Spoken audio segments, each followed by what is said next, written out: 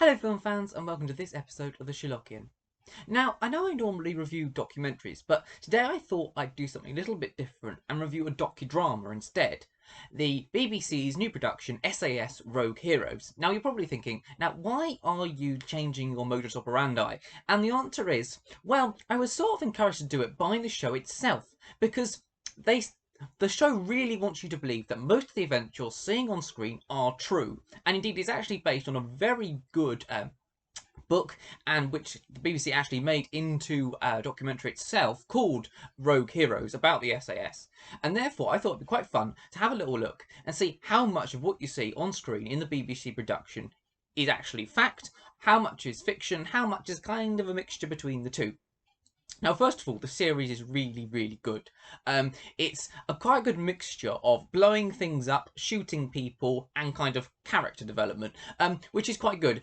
From watching the trailers, you can perhaps get the impression that it's mostly blowing things up because that's what they kind of focused on. And there are quite a lot of explosions, it's true. But the series does a really good job of making you actually care about the characters and not just care about seeing lots of action.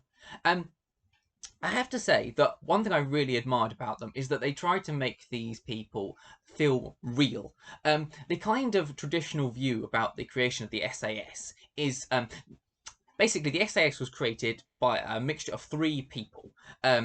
Jock Lewis, David Sterling, and Paddy Mayne. Now, the kind of conventional idea about them is that Lewis is the practical one, Sterling is the dreamer who actually comes up with the original idea, and then Mayne is like the maniac who goes around and like blows things up and destroys aircraft. But as the series shows, that's kind of a little bit of a caricature, for want of a better word. Jock Lewis was certainly a very experienced soldier, but as the series shows really well, he was a very complex man. He was quite puritanical and very Spartan, and I could imagine he would be quite a difficult man to get along with. Sterling was pretty much a functioning alcoholic. He was a dreamer with big ideas, but with little actual practical knowledge of how to, put them into production. But on the other hand, he was incredibly charismatic, and the men who served under him said basically they'd follow him anywhere. He was that kind of person. And then Mayne, who is often portrayed as this kind of psychopathic individual, with some justification, it must be said. I mean, we'll go into that in a bit more detail later on. As the show shows, he was also a very kind of capable and intelligent man.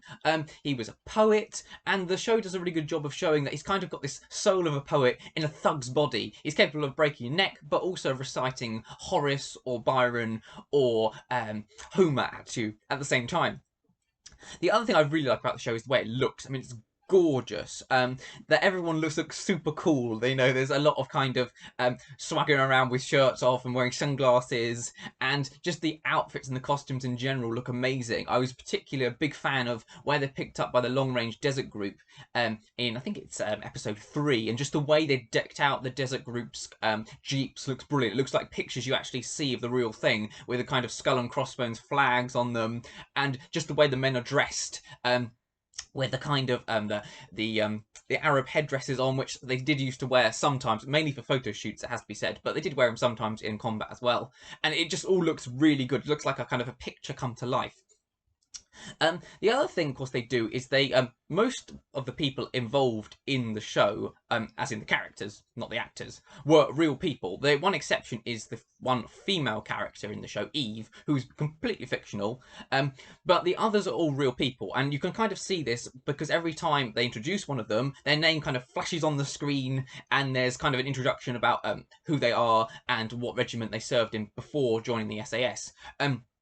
And I must admit, I really liked this because I've obviously watched the Ben McIntyre documentary this is based on, and I have to say they get a really, really good job. First of all, of the actors who play them, a lot of the men look very similar.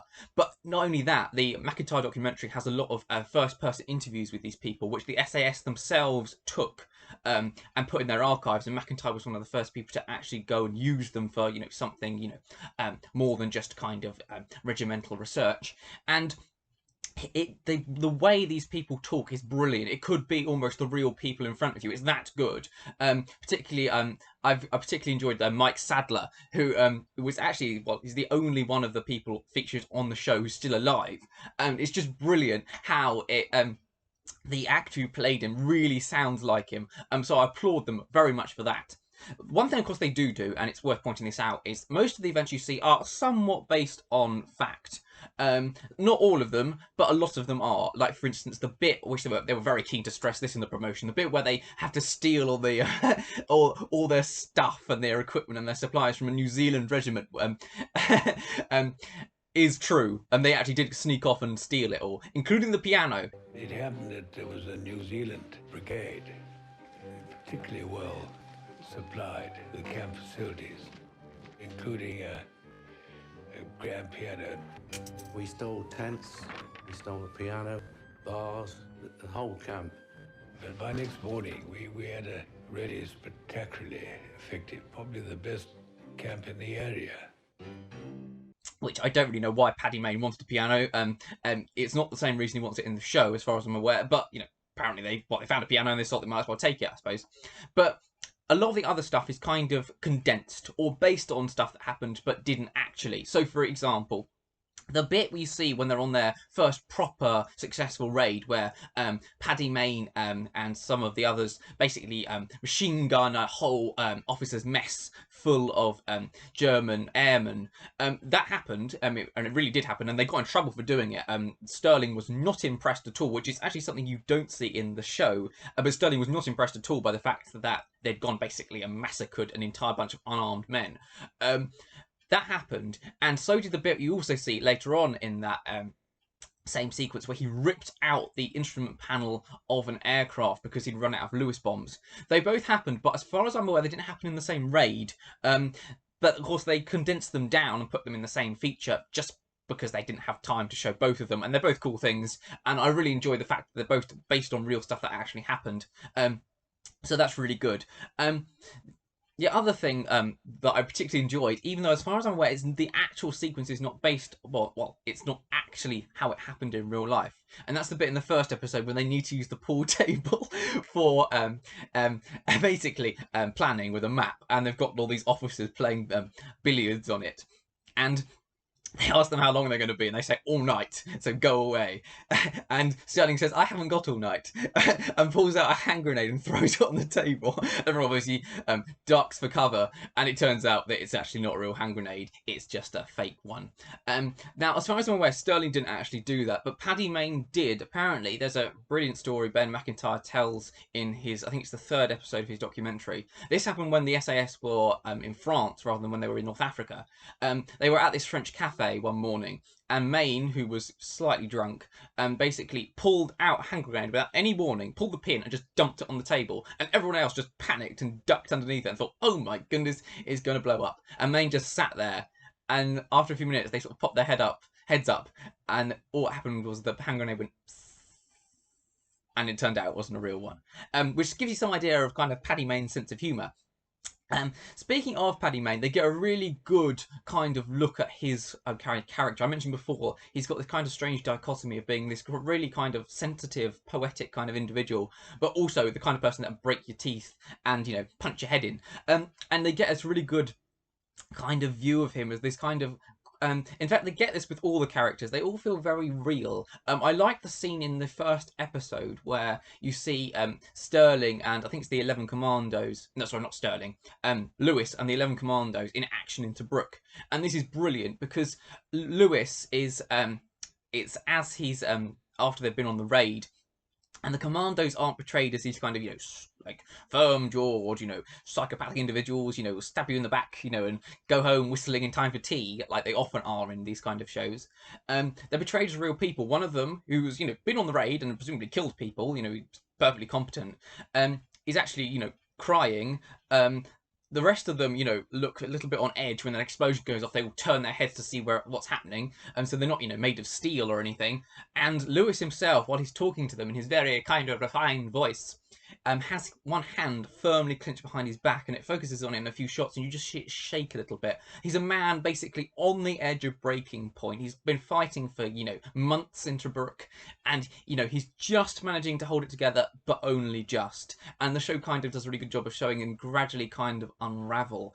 And it's just brilliant. I particularly enjoyed that scene because it kind of shows these people are human. They're not just these kind of, fictional heroes. They're real people. So overall, I think the show did a really, really good job. It's not entirely historically accurate by any means, but it does a really good job of kind of portraying real historical events, or at least things based on real historical events, and it feels very authentic. The only thing I would say against its authenticity, for want of a better word, is that there obviously is a lot of swearing in this. I mean, it's R-rated, so violence and swearing are kind of part of the course. I mean, it's made by the same people that made Peaky Blinders, so it's kind of what you would expect. But it has to be said, the one thing I thought was a little bit unauthentic is the fact that they swear a lot, which is perfectly historically accurate for a lot of British soldiers. You only have to read their accounts to know that they swore quite a lot. But the thing is, they swear as well in front of women, and that would have been a complete social taboo at the time. Swearing in front of men, as long as it was kind of, in a non kind of, high upper class social event, that was fine.